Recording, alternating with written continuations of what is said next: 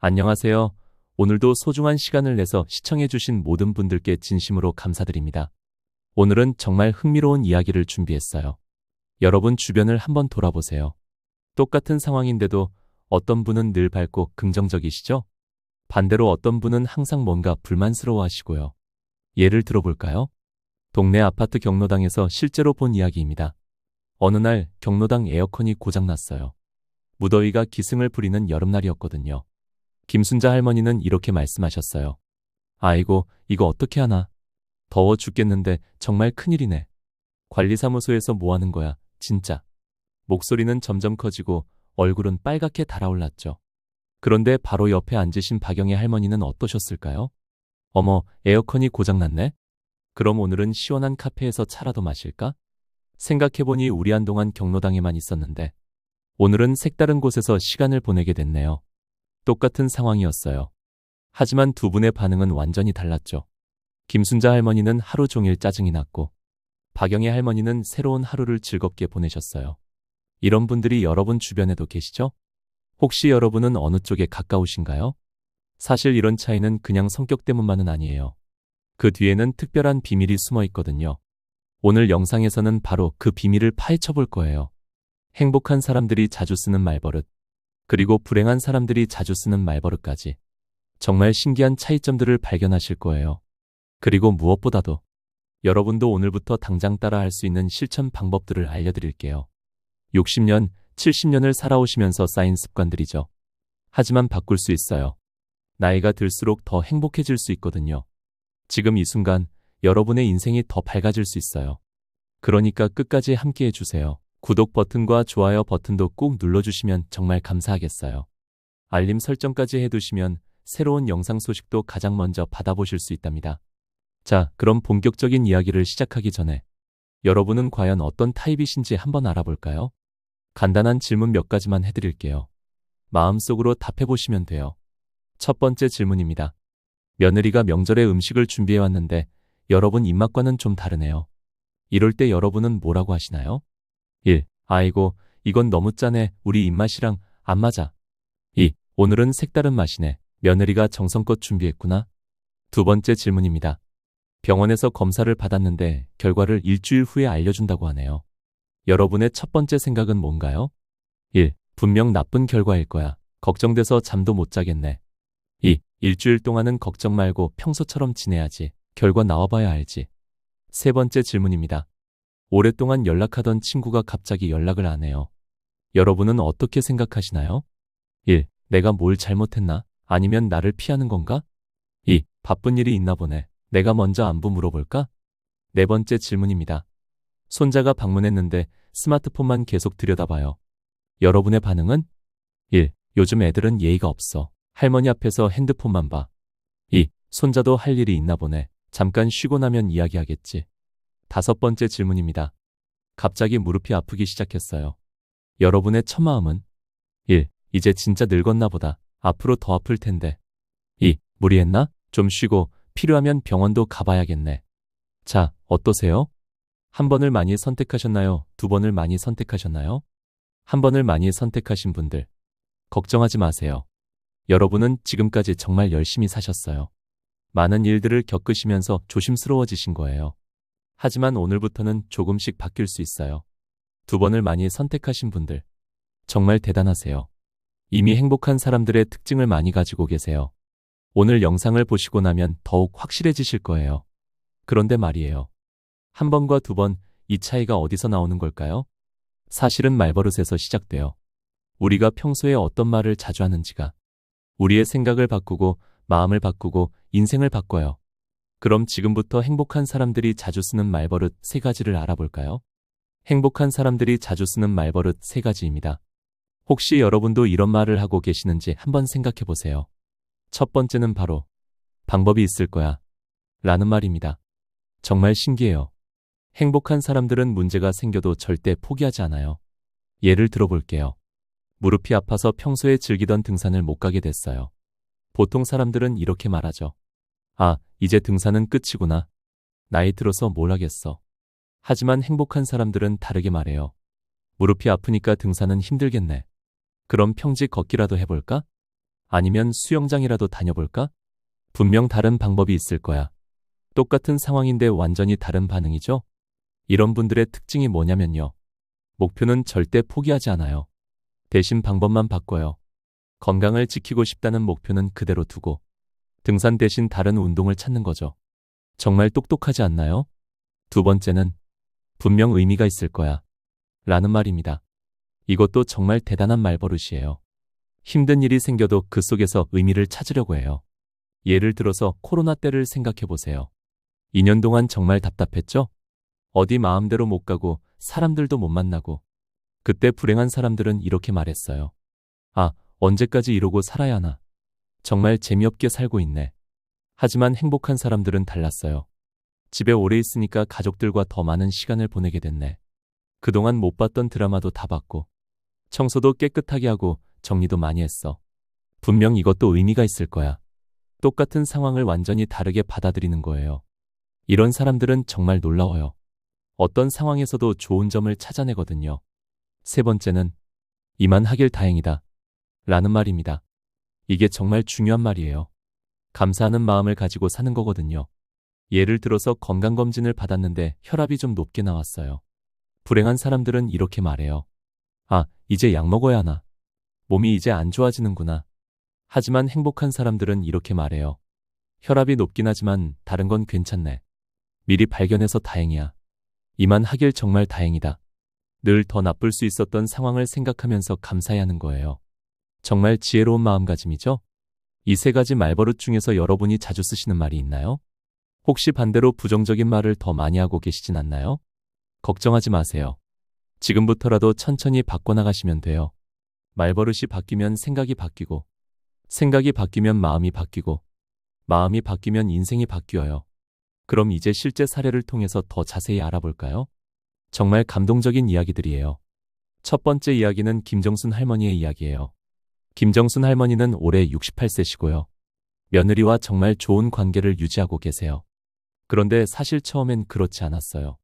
며느리분이 성격이 좀 까칠하셨거든요. 명절 때마다 음식 준비하는 것도 싫어하시고 시댁 오는 것도 부담스러워하셨어요. 다른 시어머니들이라면 어떻게 했을까요? 요즘 며느리들은 참 버릇이 없어. 우리 때는 안 그랬는데 아들이 고생하겠네. 이런 생각부터 하고 며느리를 대하는 말과 행동에도 드러났을 거예요. 하지만 김정순 할머니는 달랐어요. 며느리가 명절 준비를 힘들어하자 이렇게 말씀하셨어요. 며느리야, 요즘 일도 바쁘고 힘들지? 명절 음식은 내가 미리 준비해둘게. 너는 그냥 편하게 와. 며느리가 시댁 오기를 꺼려하자 이렇게 하셨어요. 우리 집이 좀 불편하나? 며느리가 편해할 만한 방법을 찾아보자. 그래서 며느리가 좋아하는 음식도 알아보시고, 며느리가 관심 있어하는 드라마 이야기도 하시고, 심지어 며느리 친구들과도 인사를 나누셨어요. 정말 놀라운 변화가 일어났어요. 며느리가 먼저 시댁에 놀러 오기 시작했거든요. 어머님, 요즘 어떻게 지내세요? 오늘 맛있는 반찬 해드릴까요? 완전히 달라진 거예요. 김정순 할머니는 이렇게 말씀하세요. 며느리도 처음엔 어색했을 거야. 시댁이 부담스럽고 힘들었겠지. 분명 이런 시간들이 의미가 있을 거야. 우리가 서로를 이해하게 되는 시간이니까.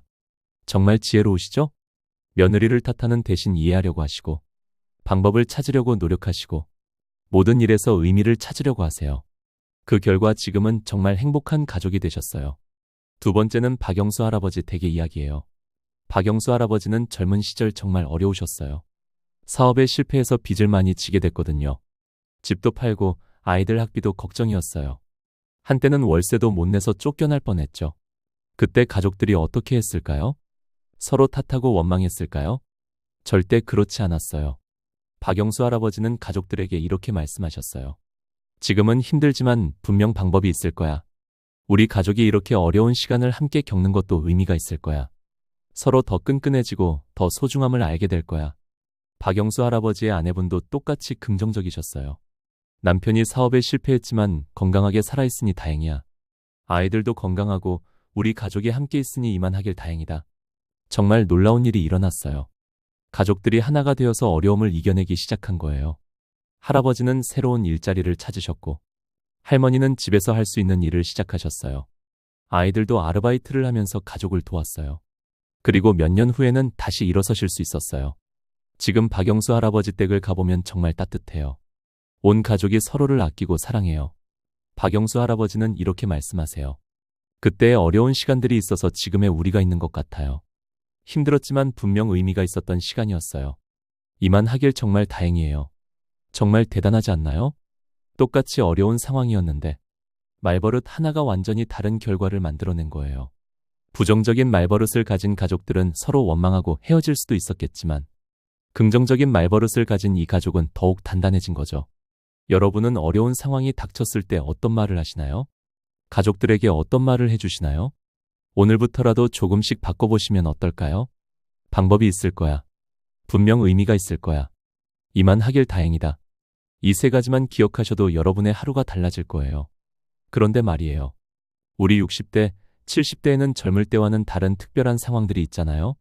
그런 상황에서도 행복한 사람들과 불행한 사람들의 차이가 확실히 나타나요. 첫 번째는 건강 문제예요. 나이가 들면 자연스럽게 몸 여기저기가 아프기 시작하죠.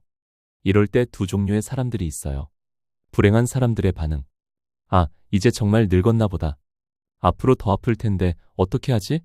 병원비도 많이 들고 자식들한테 짐만 될 거야. 이제 죽을 날만 기다리는 건가? 정말 마음이 무거워지죠. 하지만 행복한 사람들은 이렇게 말해요.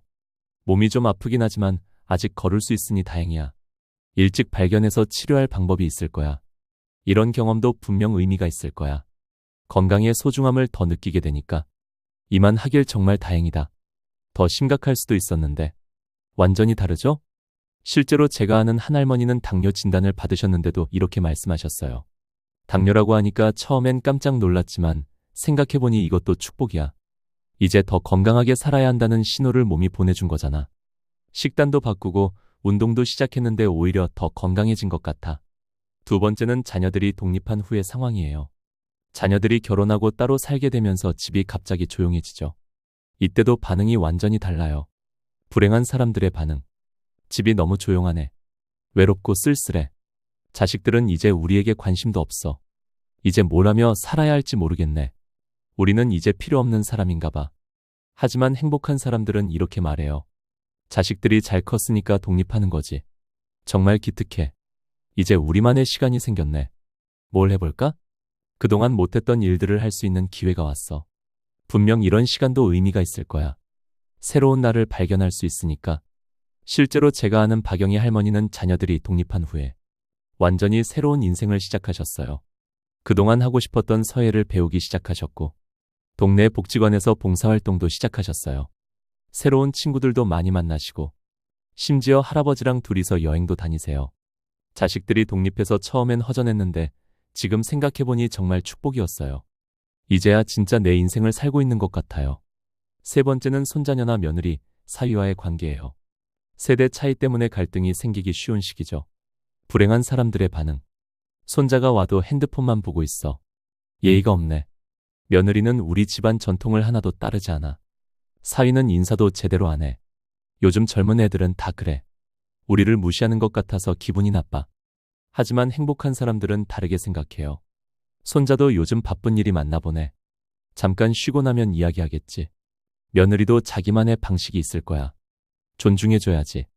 사위가 조용한 편이구나. 말은 적어도 마음은 좋은 것 같은데. 세대가 다르니까 당연히 다를 수 있어. 서로 이해하는 시간이 필요해. 실제로 김순덕 할머니는 이런 말씀을 하세요. 처음엔 며느리가 명절 때 음식을 안 만든다고 서운했는데 생각해보니 며느리도 직장 다니면서 얼마나 힘들까 싶더라고요. 그래서 제가 미리 준비해두고 며느리는 편하게 오라고 했어요. 그랬더니 며느리가 오히려 더 자주 놀러와요. 관계도 훨씬 좋아졌고요. 분명 이런 배려도 의미가 있었던 것 같아요. 정말 지혜로우시죠? 여러분도 할 수 있어요. 방법이 있을 거야. 분명 의미가 있을 거야. 이만하길 다행이다. 이 세 가지만 기억하시면 돼요. 자, 그럼 이번에는 반대로 알아볼까요? 불행을 부르는 말버릇들이에요. 혹시 여러분도 이런 말을 자주 하고 계시진 않나요? 정말 솔직하게 한번 점검해 보세요. 첫 번째는 젊은 세대를 비교하면서 하는 말들이에요. 요즘 젊은 애들은 예의가 없어. 나 때는 어른 앞에서 그러지 않았는데. 젊은 사람들은 인내심이 없어. 이런 말들을 자주 하시나요? 사실 이런 말들은 우리 마음을 더 불편하게 만들어요. 왜 그럴까요? 젊은 사람들과 우리 사이에 벽을 만들어버리거든요. 그러면 서로 이해할 기회도 없어지고 관계도 나빠지고 결국 우리만 외로워져요. 그럼 어떻게 말하면 좋을까요? 요즘 젊은 사람들은 우리와는 다른 환경에서 자랐구나. 시대가 바뀌었으니까 생각도 다를 수 있지. 우리 세대도 좋았지만 젊은 세대도 나름대로 장점이 있을 거야. 이렇게 말하면 마음이 훨씬 편해져요. 젊은 사람들도 우리를 더 좋아하게 되고요. 손자가 놀러 왔는데 스마트폰만 보고 있을 때, 또 핸드폰이야? 할머니랑 이야기 좀 해. 요즘 애들은 핸드폰 없으면 못 살아. 이런 말 대신에 이렇게 해보세요. 손자야, 뭐 재미있는 거 보고 있어? 할머니한테도 보여줄래? 할머니도 궁금하네. 요즘은 그런 걸 하는구나. 그러면 손자가 오히려 더 관심을 보여요. 할머니께 핸드폰으로 뭔가를 보여주면서 설명도 해주고요. 며느리가 집안일을 우리 방식과 다르게 할 때, 요즘 며느리들은 다 그래. 시집와서도 친정 방식만 고집해. 이런 말 대신에 이렇게 해보세요. 며느리도 자기 집안에서 배운 방식이 있겠지. 다른 방법도 있구나. 신기하네. 우리 방식과 다르지만 나름대로 좋은 점이 있을 거야. 그러면 며느리도 마음을 열고 우리에게 다가와요. 두 번째 큰 문제는 모든 일을 부정적으로 해석하는 습관이에요. 며느리가 선물을 줬어요. 부정적으로 해석하는 사람. 뭔가 잘못한 게 있어서 눈치 보는 거 아니야? 긍정적으로 해석하는 사람. 고마운 마음에서 주는 거구나. 며느리 마음이 예쁘네. 병원에서 검사를 받으라고 해요. 부정적으로 해석하는 사람. 분명 큰 병이 있는 거야. 이제 끝이구나. 긍정적으로 해석하는 사람. 미리 확인해 보자는 거니까 다행이야. 예방이 최고지. 왜 이런 차이가 날까요? 사실은 우리가 어떤 생각의 습관을 가지고 있느냐에 달려 있어요.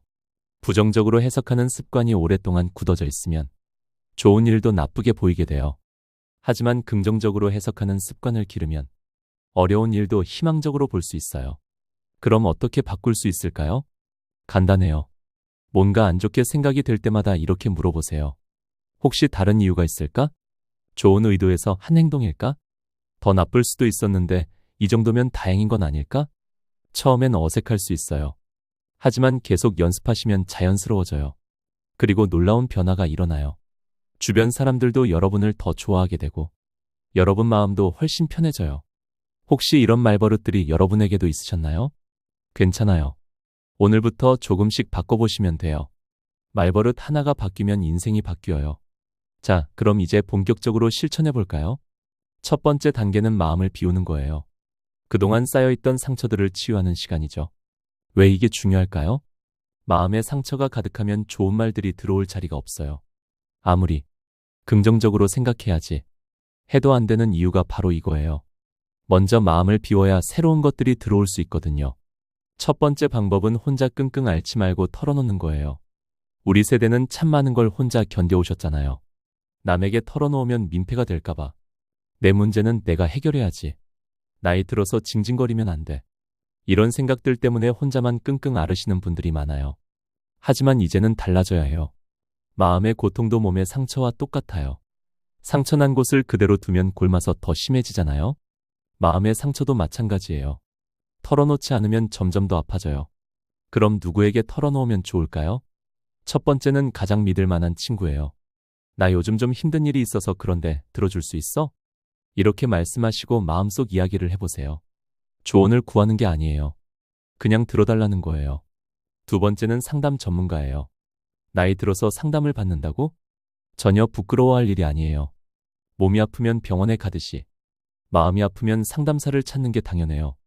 요즘은 동네 복지관에서도 무료 상담을 많이 해줘요. 세 번째는 종교 활동이에요. 교회, 절, 성당 어디든 상관없어요. 기도하면서 마음을 털어놓는 것도 정말 좋은 방법이에요. 실제 사례를 들려드릴게요. 김영순 할머니는 남편을 잃으시고 2년 동안 정말 힘드셨어요. 외출도 안 하시고 누구와도 대화를 안 하시고 하루 종일 집에만 계셨거든요. 그러다가 어느 날 오랜 친구가 찾아왔어요. 영순아, 나한테 이야기 좀 해봐. 너무 혼자 힘들어하지 마. 처음엔 계속 괜찮다고만 하셨는데 친구가 계속 들어주니까 결국 울면서 마음을 털어놓으셨어요. 정말 외롭고 무서워. 앞으로 어떻게 살지 모르겠어. 남편 없이 혼자서는 아무것도 할 수 없을 것 같아. 친구가 그냥 조용히 들어주고 손을 잡아주고 같이 울어줬어요. 그 후로 김영순 할머니가 조금씩 변하기 시작하셨어요. 마음을 털어놓고 나니까 조금 시원해졌어. 혼자가 아니라는 생각이 들어서 힘이 나. 지금은 복지관에서 봉사활동도 하시고 새로운 친구들도 많이 사귀셨어요. 여러분도 한번 해보세요. 마음에 쌓여있는 것들을 혼자만 간직하지 마시고 믿을 만한 사람에게 털어놓아 보세요. 내가 이런 이야기를 해도 될까? 걱정하지 마세요. 진짜 친구라면 기꺼이 들어줄 거예요. 두 번째 방법은 긍정적인 사람들과 함께 시간을 보내는 거예요. 정말 중요한 이야기예요. 감정은 전염돼요. 행복한 사람 옆에 있으면 나도 행복해지고 부정적인 사람 옆에 있으면 나도 부정적이 돼요. 그러니까 의도적으로 긍정적인 사람들을 찾아서 함께해야 해요. 어떤 사람들이 긍정적인 사람들일까요? 첫 번째, 항상 불평만 하는 사람은 피하세요. 요즘 물가가 너무 올랐어. 정치가들은 다 똑같아. 세상이 너무 각박해졌어. 이런 말만 하는 사람들 말이에요. 물론 현실적인 이야기도 필요하지만 매번 만날 때마다 부정적인 이야기만 한다면 여러분 마음에도 좋지 않아요. 두 번째, 새로운 것에 도전하는 사람들과 함께 하세요. 요가 배우러 같이 가볼까? 새로 생긴 카페에 가보자. 손자 사진 찍는 방법 배워보자. 이런 분들과 함께 시간을 보내세요. 세 번째, 다른 사람을 격려해주는 사람들을 찾으세요. 오늘 옷 참 예쁘게 입었네. 요리 정말 잘하시네요. 목소리가 참 좋으셔서 듣기 좋아요. 이런 말을 자연스럽게 해주는 분들 말이에요. 실제 사례를 하나 더 들려드릴게요. 박수진 할머니는 혼자 사시면서 정말 외로우셨어요. 하루 종일 TV만 보시고 사람들과 만날 일도 없으셨거든요. 그러다가 동네 복지관에서 하는 노래교실에 나가게 되셨어요. 처음엔 정말 어색하셨는데 거기서 만난 분들이 너무 밝고 긍정적이셨대요. 수진 언니, 목소리가 정말 좋으시네요. 오늘 머리 스타일 바꾸셨어요? 훨씬 젊어 보이세요. 같이 점심 먹으러 갈까요? 이런 말들을 들으니까 박수진 할머니 마음이 점점 밝아지셨어요. 사람들이 이렇게 따뜻할 줄 몰랐어요. 나도 다른 분들에게 좋은 말을 해주고 싶어요. 지금은 노래교실뿐만 아니라 댄스교실, 요리교실까지 다니세요. 완전히 다른 사람이 되신 거예요. 여러분도 그런 사람들을 찾아보세요. 동네 복지관, 경로당, 교회, 성당, 절, 문화센터, 어디든 좋아요. 긍정적인 사람들이 모이는 곳을 찾아서 나가보세요. 처음엔 어색할 수 있어요.